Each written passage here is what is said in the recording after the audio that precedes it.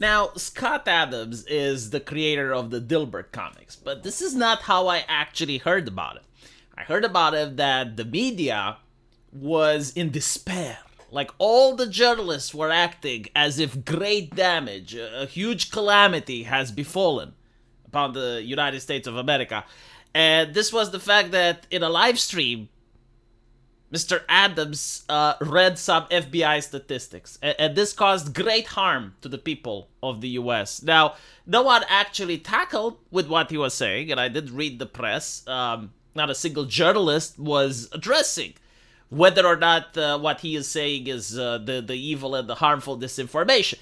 No, but it was the fact that he said it that was a problem. And I think he even got canceled for it. Like, his editors decided to stop doing business because, again, like, there are certain things that the human mind is not allowed to explore. There are those esoteric things, those eldritch horrors, those eldritch abominations that lurk beyond the human knowledge. And humanity is not allowed to go there, which is what I think he did. And once you stare into the abyss, you become changed. And I think he's now a Trump supporter. I haven't watched his streams anymore, but people are saying that he is now supporting the Republicans. Again, like, look what happens. Look at the horrors that are out there. And all you gotta do is, like, to read certain things that are heretical in nature. And that the cathedral doesn't allow you to read. And all of a sudden, you become public enemy number one. But I've seen on Twitter a lot of people suggesting that YouTube is suppressing him. And the reason for this is that his live streams peak at 31,000 views. Now, obviously, we can't know because we don't have access to the source code. So you don't really know if a platform is suppressing someone or not. But the question would be, all right, let's assume that the platform is suppressing him. And how would that look like? Well, if it would be like a flat-out ban, it would mean that either people who are watching his live streams get disconnected, or that people who want to watch his live streams are being told that, you know, the live stream is full and you can't watch it. And I've never heard of such cases, which means that I don't think it's a hard limit if it even exists. The second possibility would be that the numbers are wrong.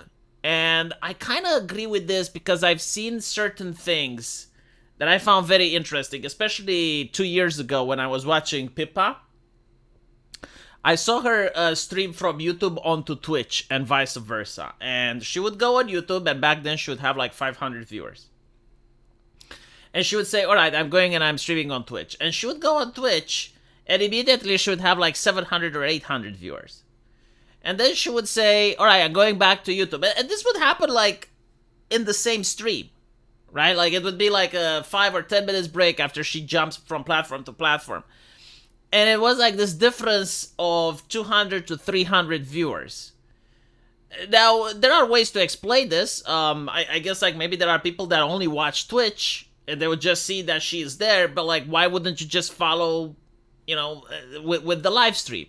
Like, why does she get higher numbers of people when she's going on Twitch and she's getting lower number of people when she's going on YouTube?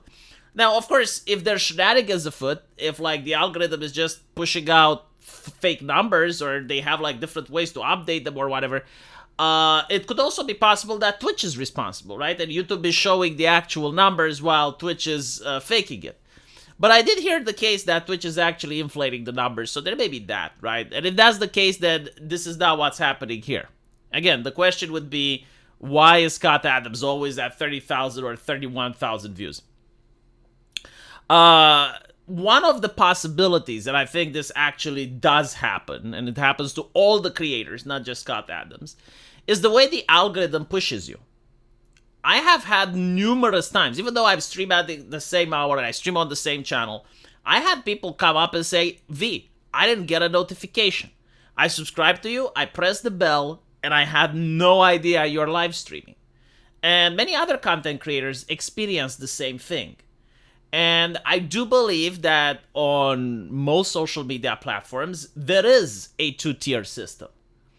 So if you're just like some average content creator, then there is a limit to what you can do.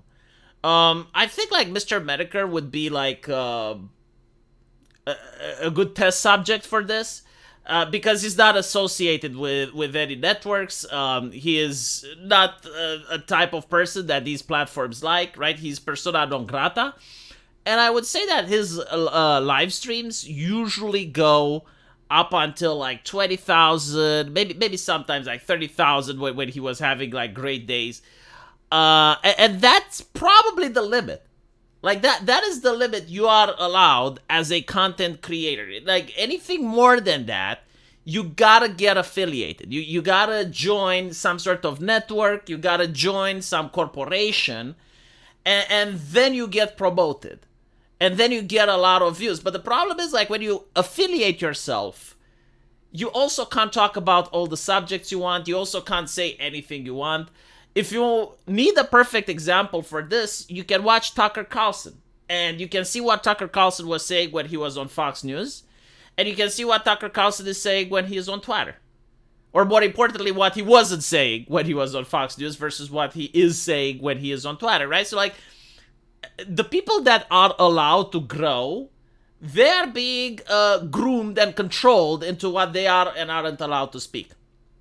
So I do think that Scott Adams is not affiliated. And by the way, you look at all the big streamers, right? The Mr. Beasts and the even the Asmongold and other people, they're usually like part of some network. They're usually part of some corporation that's doing PR for them, that's managing them. And I do think like they have connections with the social media. They are considered more brand safe, I think.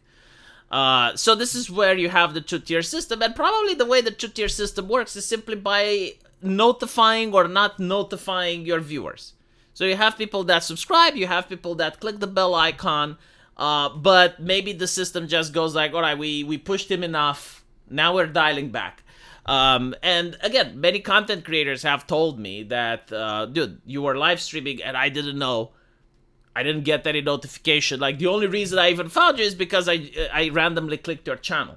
So that's the thing that most likely happens. Of course, there's also the possibility that there's no shenanigans, and this is the amount of views that he is getting. I mean, 31,000 views, let's be honest, is not bad. Like, it's mediocre. It's not terrible, but it's not bad. Like, we usually think about when we're looking at huge streamers, right, and the numbers they're pulling.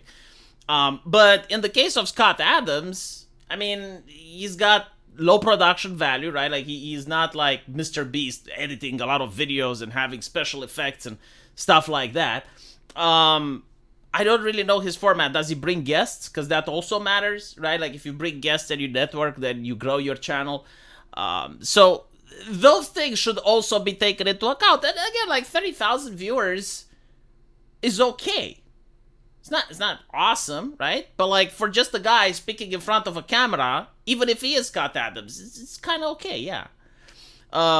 He doesn't do Let's Plays, right? So, let me know what you guys think, though. And as usual, I will see you in the comment section. Take care.